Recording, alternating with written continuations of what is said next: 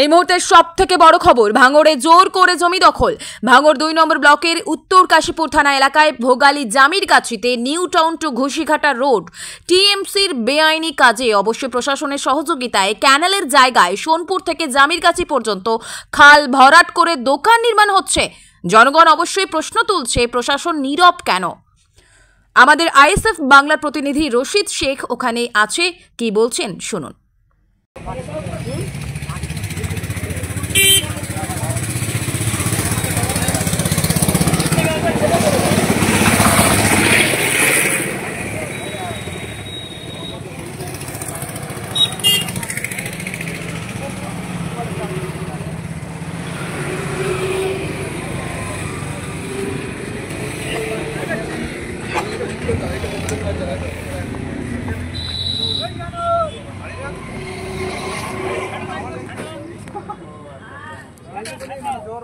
এটা তো মাটি জল কাছি, এটা তো ও 7,000 টান দিন না, এটা তো